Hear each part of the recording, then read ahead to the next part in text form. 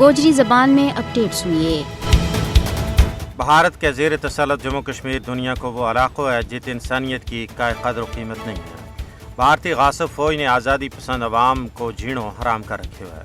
ایک پاسے پہلے ہی 5 اگست 2019 تو بعد لا تعداد بے گناہ لوگوں نے گرفتار کر کے بھارت کا زندان خانہ میں بند کیے ہوئے ہے۔ دوجے پاسے ان نویں گرفتاریاں کو ایک نہ ختم ہونے والا سلسلہ بدستور جاری ہے۔ کل جماعتی حریت کانفرنس کا وائس چیئرمین غلام احمد گلزار سمیت کئی رہنماؤں اور کارکنوں کی تازہ گرفتاری بھارت کی طرفوں سیاسی انتقام گیری کو ایک حصہ ہے تاکہ کشمیری عوام اپنا حقیقی قیادت تو محروم ہو جائیں اور بھارت اپنا مضمون مقاصد کی تکمیل آسانی کے نال کر سکے۔ بھارتی فوج کشمیری عوام نہ خوفزدہ کرنے واسطے کریک ڈاؤن، چھاپا، محاصرہ، گرفتاری، عزتوں کی پامالی اور دوجا تعدیبی حربہ استعمال کر رہی ہے۔ نہ صرف قائدین حریت بلکہ اساتذہ کرام اور عام آزادی پسند کارکناں صحافیاں نہ بھی بخشی نہیں جا رہے ہو۔ صحافیاں کے خلاف سچ لکھن اور سچ بولن کی پاداش میں جھوٹا کیس بنائے جا رہے ہیں۔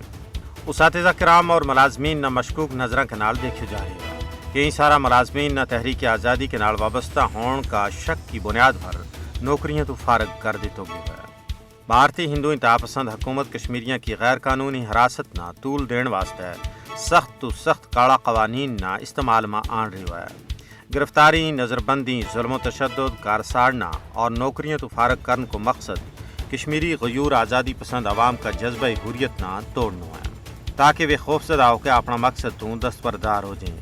لیکن یہ مکار ہندو انتہا پسند حکومت کی پول ہے جیڑی قوم اپنو سر تلی ور لے کے میدان کارزار میں کود جائے، اس نے ان تعدیبی اور فرونی حربہ نال کسی بھی صورت میں اپنا مشن تو پیچھے نہیں ہٹایا جا سکتا۔ یہی وجہ ہے کہ کشمیری عوام ہر صبح و شام اس عزم کو یاد کر رہے ہیں کہ حصول مقصد تک یہ جد و جہد جاری و ساری رکھی جائے گی۔